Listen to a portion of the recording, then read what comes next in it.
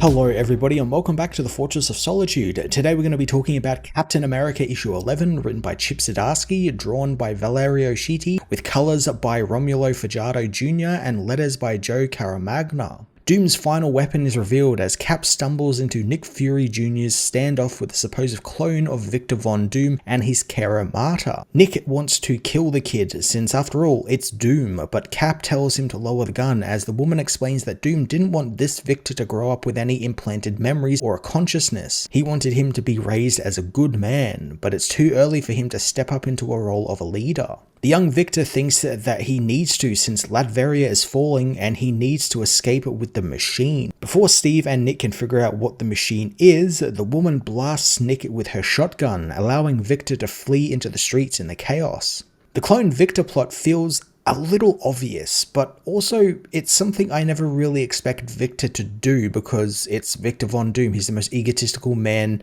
ever in the Marvel universe. Of course he's not going to want to work with a clone of himself or, have a contingency that saw a clone be made, but then also it kind of makes sense for him to do that because he's basically just making another version of himself. But then, of course, it's another version of himself which he probably wouldn't think is the real version. It's a real mindfuck of a thing that he's doing here, and I'm sure that's probably part of the whole thing, like to throw people off that, oh, is this actually like a legitimate Victor Von Doom clone or what is it? Of course, the big reveal here is the machine, whatever the machine is that this kid has. We don't know what it is. It could be something related to what's going to come up in Armageddon and Hulk ends up getting a hold of it, Red Hulk ends up getting a hold of it. Hell, it could be a complete left turn here and it could be one of those origin boxes that we've been seeing pop up in the 616 universe thanks to what Miles and all that did over in the Ultimate universe. I know they recently did the Ultimate Reborn book, which I've still got to read, but I know that that's seeing some of the people who have these origin boxes come forward and actually take control of that power. So it'd be really interesting to see if Victor ended up getting his hands on one of these. Returning to the whole Victor clone subplot, I kind of feel like there's some Superman origins sort of going on here. Since the kid, he was sent away by his scientist father to live with a kindly old woman whose name is Marta, very similar to Martha, and he's been raised to be a good man, instill moral values into him, much like what Clark Kent was. I quite liked that. I thought that was kind of like a neat little sort of hint at like things to come for this Victor. As Vic escapes the house, Red Hulk surveillance picks the boy up, with his sensors registering the boy to be Victor Von Doom. As Nick recovers from the shotgun blast, Cap goes after the boy, apologizing to the old woman and promising not to hurt him. Cap tails the boy into the city, watching as people take the fight to Salvation's men who still remain loyal to him. He wants to focus on the boy though, since if the country learns that he is a clone of Victor Von Doom, they'll tear him apart, and his weapon could fall into the wrong hands. As Cap reaches a crowd, he hears General Ross's voice boom over them, which tells the people to take shelter, and this is their only warning as Latveria is now under American control. Steve looks to the skies as several of Ross's Hulk soldiers descend on the city, hitting it like an atom bomb. Fury contacts Steve, telling him that he's radioed into the UN for help and they need to evacuate Doomstadt at once. Steve asks if the White House really signed off on this, but Nick is just as confused as Steve is, not knowing what is happening here at all. Steve vows to find Ross and stop him, but first he's got to locate Victor. Having a whole 10 issues of build up to Ross finally going off the deep end and committing treason and a huge act of war is great. It's a great lead into Armageddon, which he's the main villain and one of the main characters of. It feels really rewarding seeing Chip build that up, with Ross having a great motivation to want to take Doom down, having that already pre-established relationship with Cap and how they've been butting heads across the entire series, and how Cap has figured out that like this guy is like the worst of what the American military could and can be, and he's just being allowed to just do all of this stuff, although he's not allowed to be doing what he's doing right now. But so much of what he's done in this issue has brought him into blows with Cap, and Cap doesn't like that, and I'm intrigued to see him going into Avengers Armageddon and how he's going to factor in as like the big villain and like what his whole game plan is. Victor meanwhile continues to flee but is attacked by Red Hulk, who wonders if Doom remembers the man he tortured for months. Red Widow meanwhile wakes up to find Castlemore has found her, asking what happened to Tambling, since he is dead at her feet. Interestingly, Widow admits to killing Trevor since it's what they do, and they were told to do it, and it's all she was ever good for. Castlemore believes that this is their chance, and with these monsters raining from the sky and causing destruction, they can be the solution to it, and they could die and be reborn elsewhere together. Effectively telling Widow that they could use this attack as a smokescreen to fake their deaths and get away from this life together.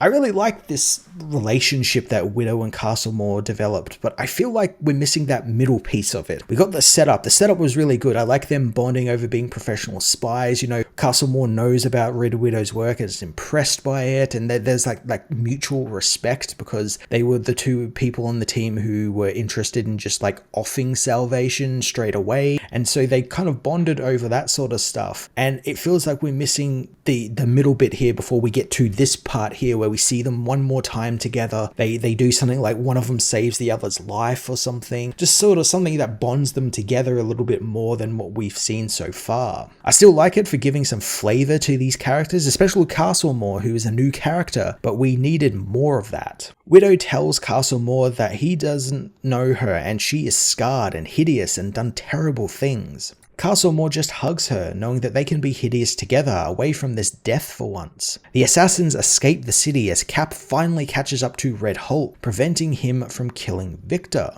Red Hulk demands to know how many times Doom has returned on Cap and the Avengers watch, since he has lost count. He punches Cap's shield so hard it makes Steve believe he's never felt a punch that hard in his life. Ross tosses Steve into a van, telling him that he doesn't want to wait anymore for evil to rise up when they could just strangle it in its crib. Finished with Steve, Ross turns his attention back to Victor, who tries to tell the Hulk that he doesn't want to be like Dr. Doom, but Red Hulk does not care, just wanting to make this quick. Before he can, a swarm of birds attack him from the sky as Sam Wilson arrives, aiding his fellow Captain America. Sam turning up to help out Steve is so cool. I love when both these captains get to be able to help each other in some way, and more so when a writer actually remembers Sam has superpowers and can control and talk to birds. It's something we seldom see these days thanks to the MCU, which has for some reason not decided to give him his powers, which they really should, because it allows more stuff like this where we get some cool entrances from him, really interesting ways for him to help out in the team where you can use flocks of birds to cause havoc and have them help rescue his friends. Sam can tell that Steve is injured badly and wants to get him to safety, but Steve tells him about Victor, wanting Sam to help him out and tell Sharon he loves her. Sam figures that he can do all of that himself before heading off to find Victor, shocked to learn that he is a clone of the real Victor Von Doom. Red Hulk comes for Victor again down the street, but Sam swoops in, rescuing the kid and taking him far out of Red Hulk's reach. Across town, the Hulk soldiers that Ross deployed onto Latveria wreak havoc, toppling buildings and terrorizing the people of Doomstar. Steve puts the call out to the Avengers but knows they'll be too late, as people have already died and the city is ruined. He tries to think about a plan, but he can't think of any, so he decides to do what he can and keep on fighting. Pulling the bit of shrapnel from his leg, he charges at Red Hulk again, tired of people in power and people vying for power and allowing this sort of carnage to happen. Steve is starting to see things just how David saw it back when he snapped at the original mission in Doomstar. Steve is realizing that things won't change and it's a cycle of violence, but unlike David where he just kind of gave up on it all and just, went fuck it, Steve is actually trying to fight on and fight for the people because he has seen what they are capable of. Steve spots a child about to get crushed by an exploding tower and he rushes to save them as the tower collapses on them both. Sometime later, Ramon and some UN soldiers dig through the rubble for Steve, finding the child protected by Cap's shield while Steve is found next to him. But Steve Rogers is dead from his wounds. Across town, Ross's men find Victor's bag with the machine in it, and as they raise the American flag over Latverian soil, Red Hulk knows that this is a good day for America. Steve, meanwhile, wakes up naked in a desolate clearing. Above the clearing on a throne sits the armor-clad Dr. Doom, who I believe is his mother, welcomes Captain America to hell. So this is a hell of a swerve for the the final issue before Avengers Armageddon this week. Captain America is now trapped in hell, it seems.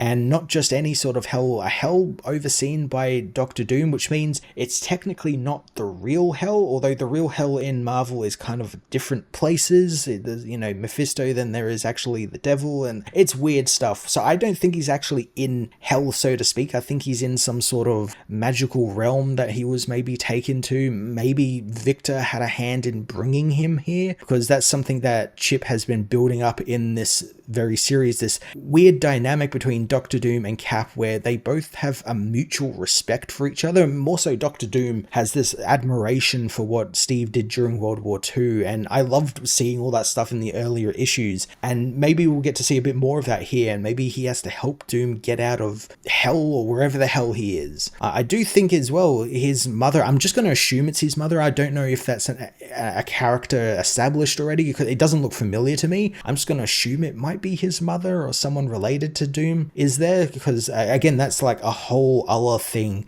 with Doctor Doom and like his mother issues and the stuff with his mum being a witch and into magic and all that sort of stuff.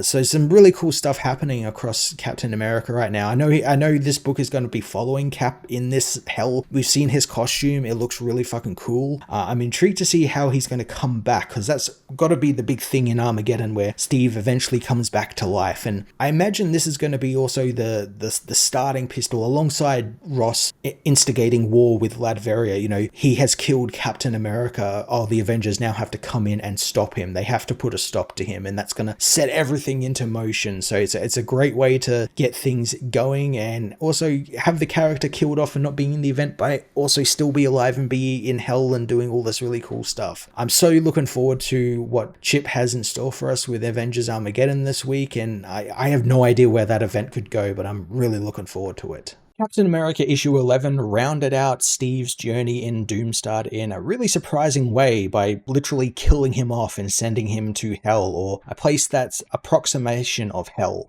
complete with Doom and him teaming up with Doom in some capacity in the coming issues. This is also a really great leading to the Avengers Armageddon event that starts this week, where we're set up for it completely. General Ross has gone completely off the deep end. It's been fun and really rewarding catching up with General Ross in this issue, especially after the 10 issues of build up to this point that Chip Zdarsky has put in this very book. It's been really cool seeing him turn into a really hateable villain across this book, more so than he already was. He was already a pretty bad villain for me, but I think he's made him so much more hateable in this event. The Clone Victor storyline I'm kind of on the fence about, because it's like, that feels a bit too obvious, and it feels like just a way to get this whole mysterious machine thing into the story, where you could just literally just put the machine into the story. But I'm intrigued to see what Zdarsky's going to do with it, because he's definitely subverted expectations when he's done very obvious plot points before.